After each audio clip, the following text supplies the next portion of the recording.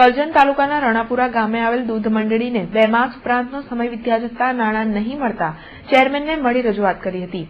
કરજણ તાલુકાના રણાપુરા ગામે આવેલ દૂધ મંડળીના સભાસદોને 2 માસ ઉપરાંત સમય વીત્યા છતાં ડેરી તરફથી બાકી નીકળતા અંદાજે 7 લાખ ઉપરાંતની રકમ ભરપાઈ નહીં કરાતા દૂધ મંડળીના સભાસદો મહિલા અગ્રણી રમીલાબેનના નેતૃત્વમાં ડેરી ખાતે આવી ચેરમેન સતીશ પટેલને રજૂઆત કરી હતી। દૂધ મંડળીના મહિલા અગ્રણી રમીલાબેને નાણાં નહીં મળે તો નરેન્દ્ર મોદીને રજૂઆત કરવા મન બનાવ્યું હોવાનું જણાવ્યું હતું, નહીં તો આત્મહત્યા કરીશુંનું જણાવતા ખળભળાટ મચી ગયો હતો।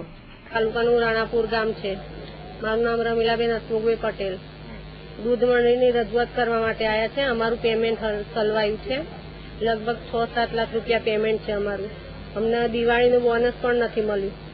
અમારા મંડળીમાં એટલા માટે લોચો પડ્યો કે જૂના પ્રમુખે ઉચાપત કરેલી છે ડેરીમાં, એની અમે તપાસ આપેલી છે, હજુ સુધી તપાસ થઈ નથી।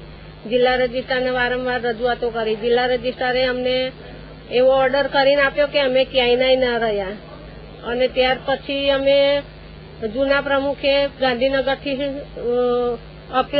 અપીલ કરી અને એમાંથી સ્ટે લાયા। તમે રજૂઆત કરી, તમે ભ્રષ્ટાચાર પકડાયો, એની તમને સજા મળી? હા, એની અમને સજા મળી। એટલે હવે જ્યાં સુધી અમારું પેમેન્ટ છૂટું નહીં થાય ત્યાં સુધી અમે ડેરીમાંથી બહાર નીકળીએ નહીં અને સામૂહિક આત્મહત્યા કરીશું। કેટલા ખેડૂતો છે? 75 જણના પૈસા 75 ખરા છે। શું સ્થિતિ છે એમની અત્યારે સ્થિતિ એવી છે કે એક બાજુ લગ્નની સિઝન છે, હાથ ઉપર પૈસો નથી, દૂધ ઉપર જ જીવી રહેલા છે। તમામ જે 75 છે એમને કોઈ ખેતીવાડી કશું જ નથી, એકલું દૂધ ઉપર જીવી રહેલા છે। ત્યારે મંડળીના પૂર્વ પ્રમુખ સાથે વિવાદ ચાલતો હોય અને સ્ટે હોવાથી સમગ્ર મામલો ગૂંચવાયો હોવાનું ડેરીના ચેરમેન સતીશ પટેલે જણાવ્યું હતું।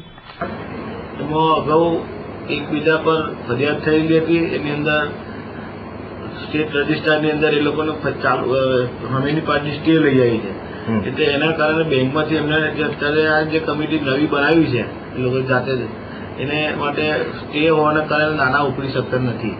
એટલે એમને મેં રસ્તો બતાવ્યો છે કે ભાઈ તમે એક સૂચિત મંડળી તરીકે નવી મંડળીનું દૂધ અલગ ભરો તો તમારે આ પ્રોબ્લેમ સોલ્વ થઈ જશે, અને એના માટેની કાર્યવાહી ચાલુ કરાઈ છે।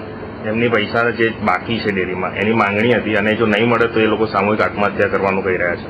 એની અંદર ડેરી કશું કરી શકે ના, કારણ કે એ લોકો રાજ્ય રજિસ્ટ્રારમાં ગયા હોય ને એમના ગામનો પ્રશ્ન હોય, અગાઉના વહીવટ કરતા હોય અને સારું નવા વહીવટ કરતા હોય, એ લોકો ગામના વહીવટ કરતા હોય, જયારે વહીવટ કરતા હોય તો એની અંદર બરોડા ડેરી કશું